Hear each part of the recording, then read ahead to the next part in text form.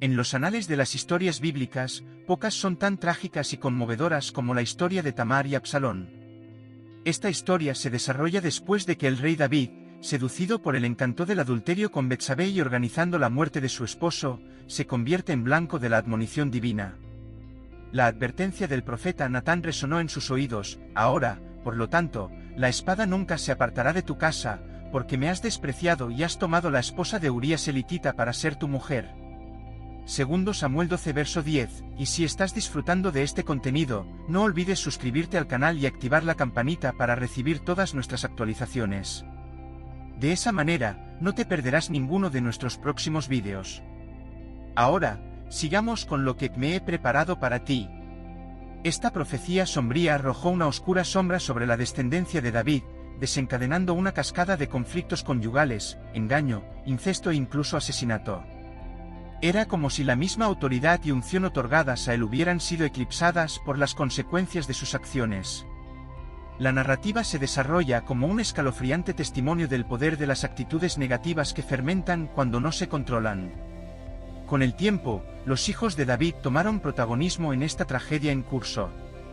Amnón, el hijo de David, quedó atrapado por una obsesión insidiosa por Tamar, su media hermana y la hermosa hermana de Absalón. El amor no correspondido de Amnón por Tamar se convirtió en una obsesión que lo consumía, volviéndolo enfermizo y atormentado. Fue aquí donde el astuto Yonadab, un confidente de Amnón, ideó un malévolo plan para satisfacer sus deseos. Acercándose a Amnón, cuestionó la causa de su apariencia enfermiza, percibiendo la profundidad de su angustia. En tonos susurrantes, Amnón confió su amor prohibido por Tamar, la hermana de su hermano Absalón. El astuto Yonadab aprovechó esta vulnerabilidad y elaboró una estrategia siniestra. Bajo la orientación de Yonadab, Amnón fingió estar enfermo y solicitó la presencia de Tamar. Ansiaba que ella preparase comida para él, un acto inocente que ocultaba sus verdaderas intenciones. El escenario estaba listo, y la oscuridad descendió mientras los hilos de un destino trágico se entrelazaban. Y así, la narrativa se despliega, un tejido intrincado de lujuria, manipulación y traición, allanando el terreno para una serie de eventos que cambiarían para siempre el curso de la historia. Pero también se había advertido a David que las consecuencias serían desastrosas para su familia. David había cometido adulterio y asesinato. Sus numerosas esposas le habían dado medio hermanos y medio hermanas, hijos e hijas. La práctica de David de tener múltiples esposas estaba a punto de volverse en su contra. El hijo de David, Amnón, desarrolló sentimientos románticos por su media hermana Tamar, quien también era hermana completa de Absalón.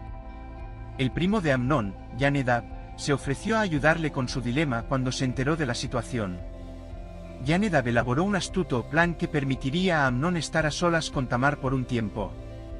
Aún peor, él reclutaría la ayuda de David, quien estaba completamente ajeno a lo que planeaba hacer.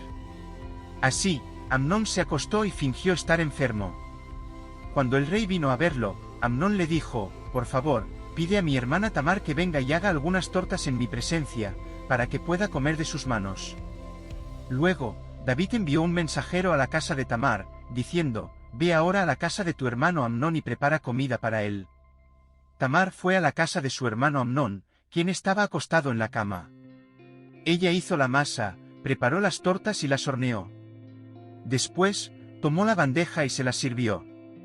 Pero él se negó a comer, y Amnón dijo: manda a todos a salir de mi presencia. Entonces todos lo dejaron.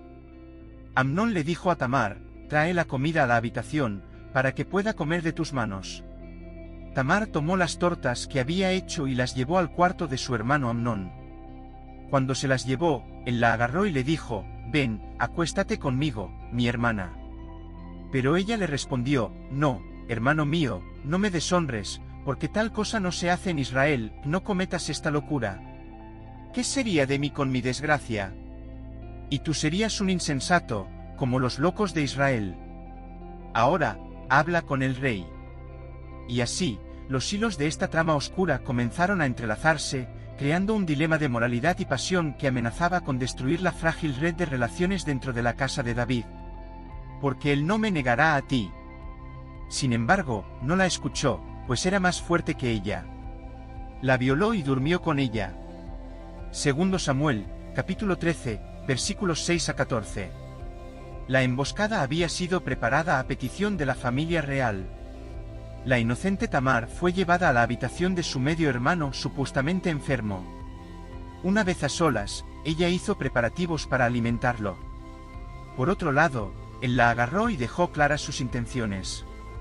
Tamar imploró que no la avergonzara cometiendo un acto tan horrendo, pero él ignoró sus súplicas.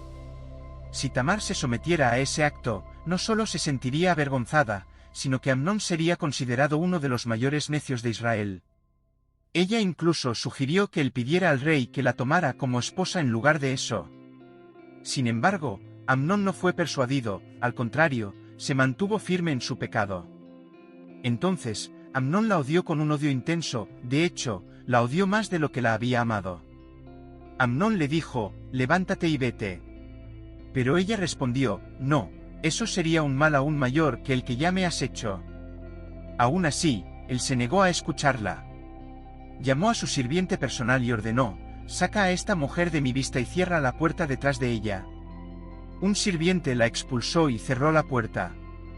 Ella vestía una túnica ornamentada, ya que era el tipo de vestimenta que usaban las hijas vírgenes del rey. Según Samuel, capítulo 13, versículos 15 al 18. Amnón, fiel a su bajo carácter, despreció a Tamar con tal ferocidad que el odio que sentía por ella superó al amor que había sentido. Después de haberla violado, quedó claro que su amor no era más que lujuria impulsada por su propio ego. Esto se demuestra por su respuesta a ella después de que ella suplicara. Tamar pidió a Amnón que no la abandonara ni la echara, ya que él fue quien la violó. Debería casarse con ella como compensación por quitarle su inocencia. Si no lo hiciera, ella casi seguramente no tendría otras perspectivas de matrimonio. Sin embargo, Amnón simplemente la expulsó de su casa en lugar de hacer las paces, agravando aún más su pecado. Tamar puso ceniza sobre su cabeza y rasgó la túnica ornamentada que llevaba. Puso sus manos sobre su cabeza y se fue. Llorando en voz alta mientras se iba, su hermano Absalón le dijo, «Ya que Amnón, tu hermano, está contigo, guarda silencio por ahora, mi hermana. Él es tu hermano, no dejes que esto afecte a tu corazón». Y Tamar vivió en la casa de su hermano Absalón, como una mujer desolada. Según Samuel, capítulo 13, versículos 19 y 20. Absalón consoló a Tamar, como si no considerara la situación tan grave. Sin embargo, en realidad, ya estaba tramando venganza contra Amnón. Tamar se sintió consolada por Absalón, pero en realidad, él ya había elaborado un plan para vengarse de Amnón. Absalón daba la impresión de que no encontraba la situación particularmente terrible. Tamar permaneció desolada en la casa de su hermano Absalón, sin haber hecho nada para merecer tal vergüenza. Ahora, sería rechazada para el matrimonio. Su situación en la casa de Absalón indica que ella no se casó y no tuvo hijos antes de su muerte. Tanto los inocentes como los culpables pueden sufrir daño como resultado de la lujuria. Aunque David estaba hirviendo de ira, no castigó a Amnón tan severamente como debería, probablemente porque todos aún estaban procesando la transgresión de David en ese momento. Era consciente de su responsabilidad, pero no logró actuar. Esta situación es el resultado del pecado intencionado sobre nosotros, ya que nos roba la libertad moral y la libertad para hablar y dar testimonio libremente. David podría haber sido influenciado por el hecho de que Amnón era su primogénito y, por lo tanto, la opción más lógica para sucederle en el trono. Estos fueron los hijos de David, nacidos para él en Hebrón. El primogénito fue Amnón, de Ahinoam, la jezreelita, el segundo, Daniel, de Abigail, la carmelita. Cuando el rey David escuchó todo esto, se enfureció. Y Absalón nunca habló con Amnón, ni bien ni mal, porque lo odiaba por haber deshonrado a su hermana Tamar. Según Samuel, capítulo 13, versículos 21 y 22. Amnón no fue castigado en absoluto por el rey, lo cual es sorprendente. En este punto, el lector podría preguntarse si la fortaleza moral de David había sido debilitada por el conocimiento de su pecado sexual pasado. Es una pregunta razonable. Sin embargo, su falta de acción fue una declaración en sí misma. Por otro lado, Absalón haría algo por lo cual despreciaba a Amnón por difamar a su hermana. Esperó pacientemente, buscando una oportunidad.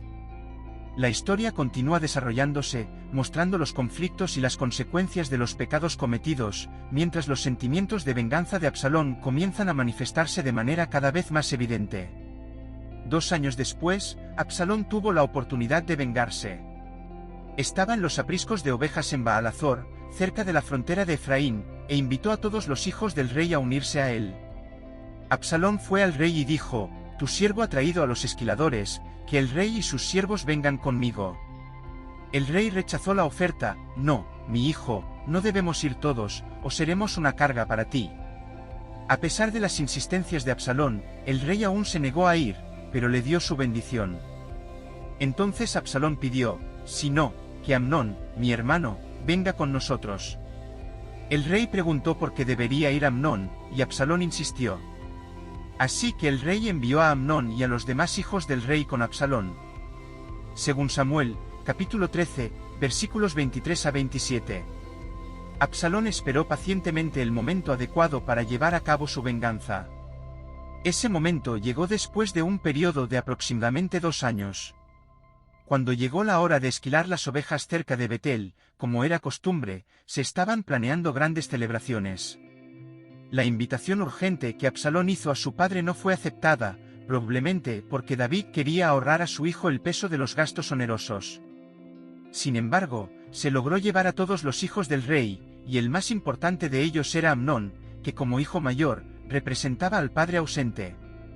En una señal preestablecida, Absalón habló con sus sirvientes y ordenó que uno de ellos actuara.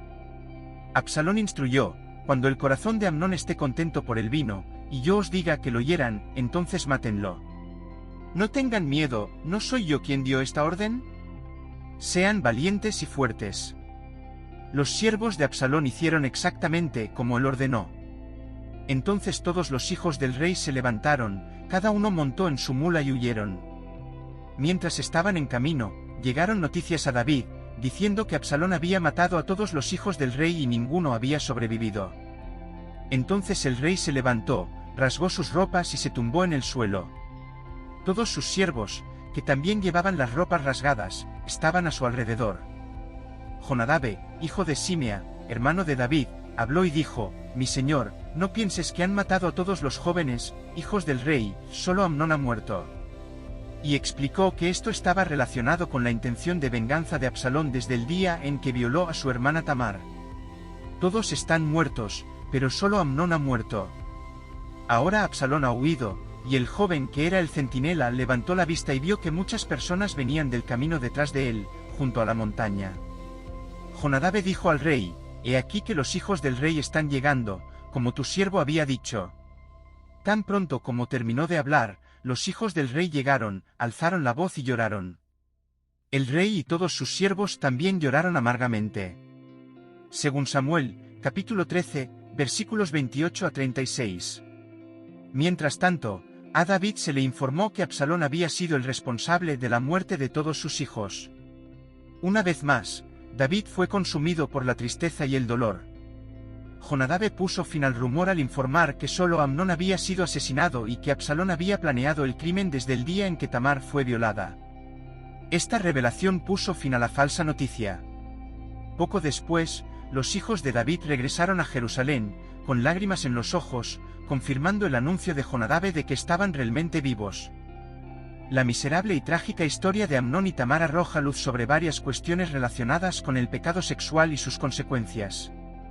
El trato que sufrió Tamar es algo que nadie debería enfrentar nunca, y es esencial abordar situaciones como esta con integridad y justicia. David falló en cumplir con su responsabilidad de ofrecer justicia, lo que permitió a Absalón establecer sus propios estándares, mientras causaba problemas adicionales. Primero, Amnón tuvo pensamientos lascivos acerca de su hermana, y luego su cercano amigo Jonadabe lo incitó a no actuar sobre esos pensamientos, cometiendo un crimen. Cuando Absalón se enteró del horrendo crimen cometido por su hermano Amnón, fue llevado a un estado emocional negativo adicional, conocido como venganza. Concibió un plan para vengarse de Amnón, llevándolo finalmente a su propia muerte. Debemos tener cuidado con el tipo de consejos que aceptamos, ya que aquellos que carecen del Espíritu de Dios pueden darnos malos consejos que nos llevan en una dirección equivocada. ¿Alguna vez te has preguntado por qué nos sentimos atraídos de manera involuntaria por algunas personas y, al mismo tiempo, evitamos activamente a otras?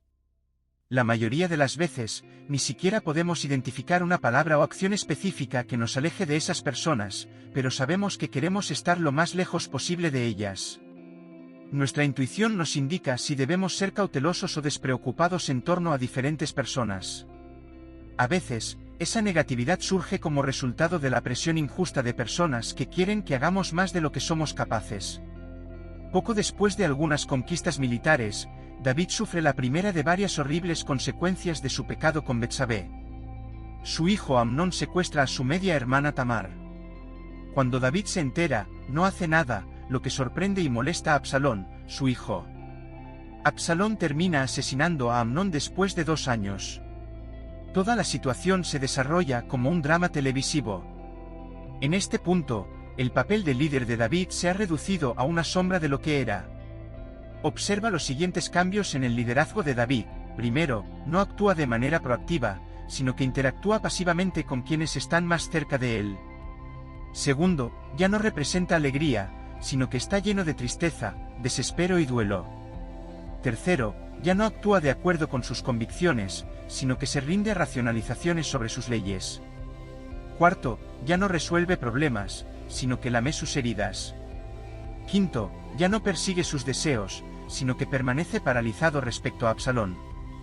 Al final, Absalón muere como un líder independiente cuya pasión se desvió del camino. Al estudiar su historia en 2 Samuel, capítulos 13 a 18, busca lecciones sobre la pasión desviada. Primero, pasión sin perspectiva lleva a la muerte. La pasión se manifestará de manera saludable o perjudicial. Las personas siguen la pasión en lugar de la ortodoxia, incluso cuando es imprudente. Líderes que siguen la pasión derrotan a líderes que siguen el protocolo. La pasión centrada en el ego siempre distorsiona el juicio de un líder. La pasión descontrolada perjudica a todos en su camino. Los líderes se sabotean a sí mismos cuando la pasión supera la sabiduría. La gran noticia es que Absalón representa a un líder que no pudo controlar sus emociones.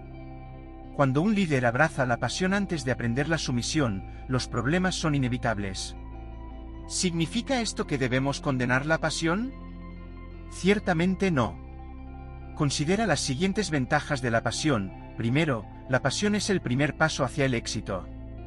Segundo, la pasión aumenta tu fuerza de voluntad. Tercero, la pasión te transforma. Cuarto, la pasión hace posible lo imposible. La pasión ayuda en el desarrollo del liderazgo. Sin embargo, la pasión debe surgir del corazón de un líder sabio, responsable, sumiso y altruista. Oremos. Padre, gracias por tus palabras que siempre generan en mí una esperanza positiva. Gracias también por abrir mi corazón para entender cómo la negatividad de todo tipo es peligrosa. Ayúdame a alejarme de las personas cuyo objetivo es destruir todo lo que has construido en mi vida con negatividad, y rodearme de relaciones positivas y llenas de esperanza. Amén.